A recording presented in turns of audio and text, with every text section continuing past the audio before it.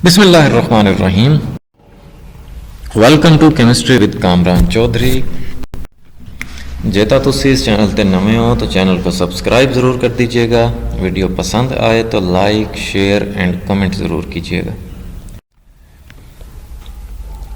आज के लेक्चर में हम लोग क्लास 11 के चैप्टर नंबर 1 जिसका नाम है स्टिशियोमेट्री, उसके एग्जाम्पल नंबर 1.4 को सॉल्व करेंगे।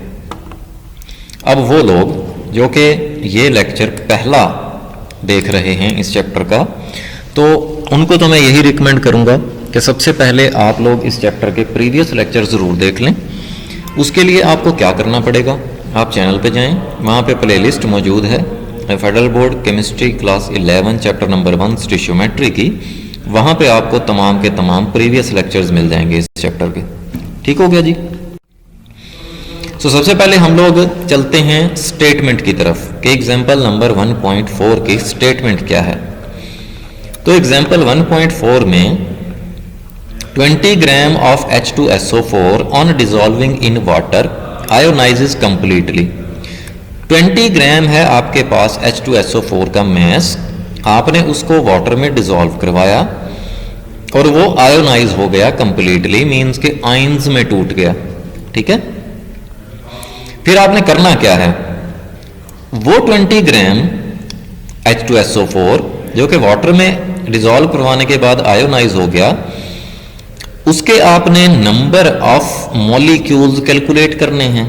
H2SO4 के 20 ग्राम्स में जितने नंबर ऑफ मॉलिक्यूल्स होंगे वो आपने कैलकुलेट करने हैं। उसके बाद आपने बी पार्ट में number of hydrogen ion and sulphate ions calculate करने हैं। जैसे अभी मैंने आपको बताया कि H2SO4 जब वाटर में डिजॉल्व होगा तो वो आयोनाइज हो जाएगा into H+ ion and SO4 negative ion, hydrogen ion और सल्फेट आयंस में टूट जाएगा। तो वही आपने total number of hydrogen ions and total number of sulphate ions calculate करने हैं। फिर जब आप ये फाइंड कर लेंगे कि टोटल आयंस कितने हैं पॉजिटिव और नेगेटिव, तो उसके बाद आपने अलग अलग पॉजिटिव और नेगेटिव आयंस का मैस कैलकुलेट कर लेना। ठीक हो गया। अब हम चलते हैं इसके सॉल्यूशन की तरफ, जिसमें सबसे पहले हम ए पार्ट को सॉल्व करेंगे। अब देखें डाटा क्या है, मैस ऑफ H2SO4 आपको गिवन है जो कि 20 ग्राम है। अब मैंने आपको बताया हुआ है कि भाई जिस सबस्टेंस का भी आपको डाटा गिवन हो ना, अखा मीच के ना तुसी ओदे नंबर ऑफ मोल्स कैलकुलेट कर लेने। अब यहाँ पे अगर आपको मैस गिवन है और मोल आपने कैलकुलेट करने हैं, तो आपके माइंड में एक ही फार्मूला आता है मोल का कि मैस या given mess divided by molar mass. ठीक है, सो उसमें आपको मैस तो पता है, ठीक है, जो कि आपको प्रोवाइड कर दिया गया है। मोलर मैस आप कैलकुलेट कर लेते हैं इस फार्मूले से। तमाम एटम्स के मैसेज को आपने ऐड कर देना है। ठीक है, जैसे 2 हाइड्रोजन हैं तो क्या आ जाएगा 2 × 1, क्योंकि एक हाइड्रोजन का मैस 1 होता है। एक सल्फर है तो 1 × 32 आ जाएगा, क्योंकि सल्फर का मैस 32 होता है। 4 × 16 हो जाएगा, क्योंकि 4 ऑक्सीजन है और एक ऑक्सीजन का मैस कितना होता है, 16 होता है।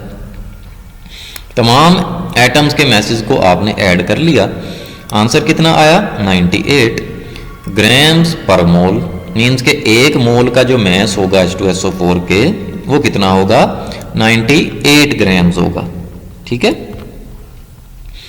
अब नंबर ऑफ मोल्स का क्या फार्मूला होता है, नंबर ऑफ मोल्स का फार्मूला होता है mess divided by molar mass. ठीक है, जबकि यहां पर आप देखो पार्ट ए में आपने कैलकुलेट करने हैं नंबर ऑफ मॉलिक्यूल्स। तो नंबर ऑफ मॉलिक्यूल्स को कैलकुलेट करने के लिए आप कौन सा फार्मूला यूज करेंगे मोल का, ये वाला, कि number of moles is equal to number of particles. अब पार्टिकल्स क्या होते हैं, एटम्स भी हो सकते हैं, मॉलिक्यूल्स भी हो सकते हैं, फार्मूला यूनिट्स भी हो सकते हैं, आयंस भी हो सकते हैं। हमारे केस में H2SO4 जो कि एक मॉलिक्यूल है और हमने फाइंड भी मॉलिक्यूल्स करने हैं, तो हमने ऊपर लिख लिया number of molecules divided by Avogadro's number. ठीक है। यहां पे आप देखो कि नंबर ऑफ मॉलिक्यूल्स तो आपने कैलकुलेट करने हैं, तो इसको मैं एक तरफ लिख लेता हूं। ये जो एवोगैड्रो नंबर होगा ये उधर मोल्स के साथ क्या हो जाएगा, मल्टीप्लाई हो जाएगा इस तरह से, ठीक है। अब एवोगैड्रो नंबर तो कांस्टेंट है, इसकी तो वैल्यू आपको पता है 6.03 टाइम्स 10 पावर 23 होती है, ठीक है। जबकि जो number of moles of H2SO4 हैं वो अभी आपने कैलकुलेट नहीं किए। तो साइड पे जरा हम पहले मोल्स ऑफ H2SO4 कैलकुलेट कर लेते हैं। कौन से वाले फार्मूले से, इस वाले फार्मूले से, mass divided by molar mass वाले फार्मूले से, क्योंकि हमें मास गिवन था, मोलर मास भी हम लोग कैलकुलेट कर चुके थे। तो मास कितना है 20 ग्राम गिवन है, मोलर मास हमने कितना कैलकुलेट किया 98, आंसर कितना आ गया 0.204 मोल्स ऑफ H2SO4 आ गया आपके पास, ठीक हो गया जी। अब यही मोल्स की वैल्यू आपने यहां पे सब्स्टिट्यूट करनी है, ठीक है, मल्टीप्लाई करवा देना है उसे एवोगैड्रो नंबर से। नंबर ऑफ मॉलिक्यूल्स टोटल आ गया आपके पास वो 1.229 टाइम्स 10 पावर 23 मॉलिक्यूल्स आ गए, ठीक है जी। H2SO4 के नंबर ऑफ मॉलिक्यूल्स आपने कैलकुलेट कर लिए इस तरह से। तो पहला पार्ट तो हमारा हो चुका। अब हम चलते हैं बी पार्ट पे। बी पार्ट के लिए आपको H2SO4 की डिसोसिएशन की, इसके टूटने की इक्वेशन पता होनी चाहिए। तो सबसे पहले हम वो इक्वेशन लिख लेते हैं। जैसे H2SO4 है ना, वो टूटेगा इनटू H प्लस आइन और SO4 नेगेटिव आइन। यहां पे आप देखो H2 है, 2 हाइड्रोजन है, यहां पे 1 हाइड्रोजन नजर आ रहा है आपको, तो यहां पे आप 2 लगा दोगे तो ये एक बैलेंस्ड केमिकल इक्वेशन आ गई आपके पास, आयोनाइजेशन ऑफ सल्फ्यूरिक एसिड की इन वाटर, ठीक हो गया। अब देखो एक बैलेंस्ड केमिकल इक्वेशन ये वाली आपको क्या बता रही है, एक ये बैलेंस्ड केमिकल इक्वेशन आपको बता रही है कि H2SO4 जिसके साथ यहां पे कुछ नहीं लिखा हुआ, इट मीन्स 1 लिखा हुआ है, इट मीन्स कि इसका 1 मोल है।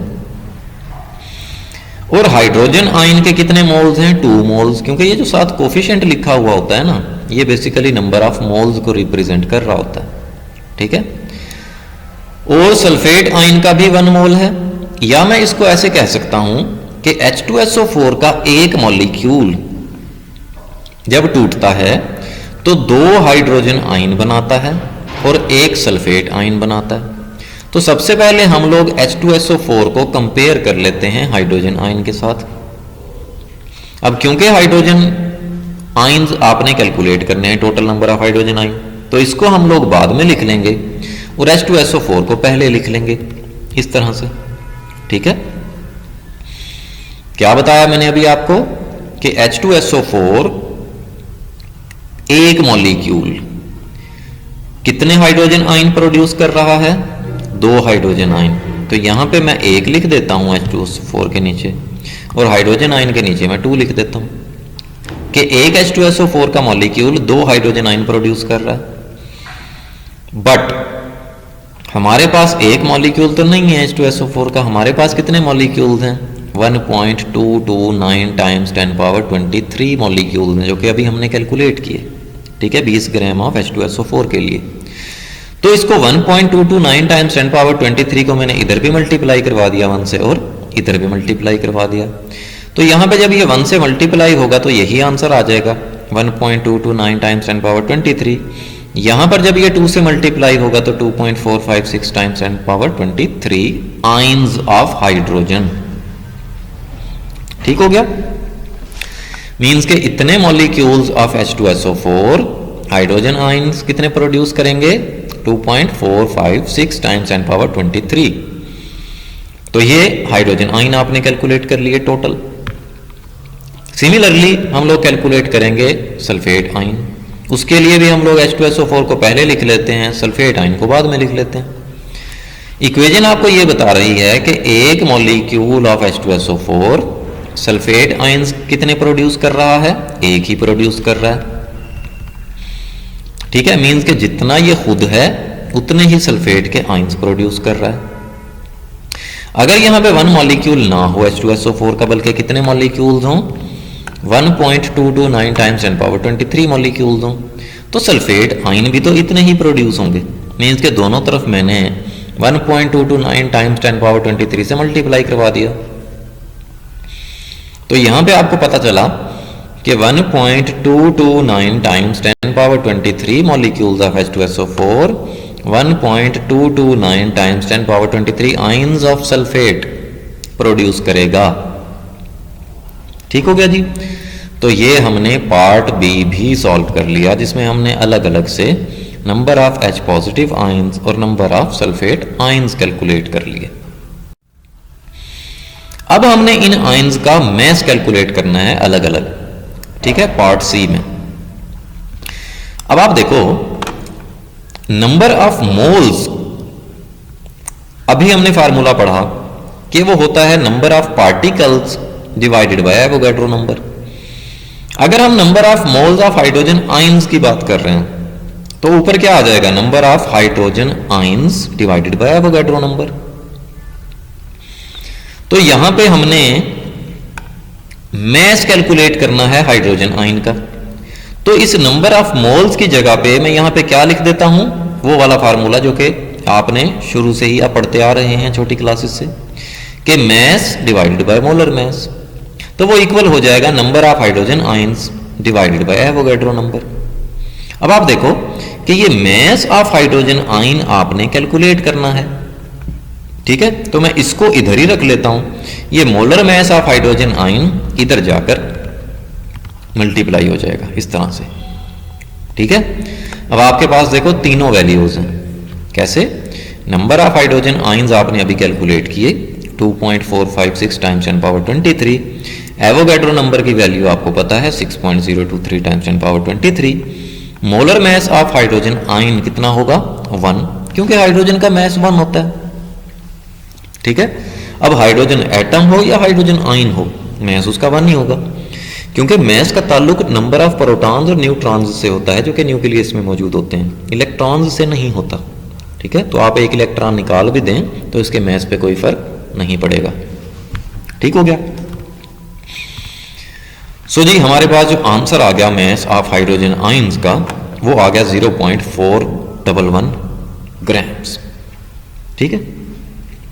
अच्छा, अब ये जो फार्मूला है आपने इसको, इस वाले फार्मूले को एज इट इज यूज करना है।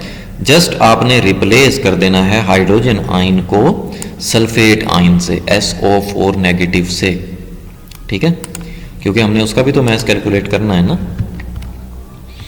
तो मैस ऑफ सल्फेट आयन क्या आ जाएगा, नंबर ऑफ सल्फेट आयंस जो कि कितने हैं हमने कैलकुलेट किए 1.229 टाइम्स 10⁻23, डिवाइड कर दिया एवोगैड्रो नंबर से, मल्टीप्लाई करवा देंगे सल्फेट आयन के मोलर मैस से, जो कि कितना बनता है 96 बनता है। कैसे, एक सल्फर जिसका मैस 32, 4 ऑक्सीजन, एक ऑक्सीजन का मैस 16, तो 4 टाइम्स 16 इज 64, 64 प्लस 32 96 हो गया, ठीक है। तो फाइनली हमारे पास जो मैस आ गया सल्फेट आयन का, वो कितना आ गया 19.58 ग्राम्स, ठीक हो गया। तो इस तरह से आपने मैस ऑफ इंडिविजुअल आयन, दोनों आयंस के लिए मैस भी कैलकुलेट कर लिया। होपफुली लेक्चर की आपको बहुत अच्छे से समझ आ गई होगी। फिर भी अगर आपका कोई क्वेश्चन हो तो आप नीचे कमेंट सेक्शन में मुझसे पूछ लें। जेता थानू वीडियो पसंद आई है तो चैनल को सब्सक्राइब ज़रूर कर दीजिएगा, वीडियो को शेयर ज़रूर कर दिया करें अपने फ्रेंड्स सर्कल में, ताकि उनका भी थोड़ा बहुत भला हो जाए। Thank you very much for watching this video.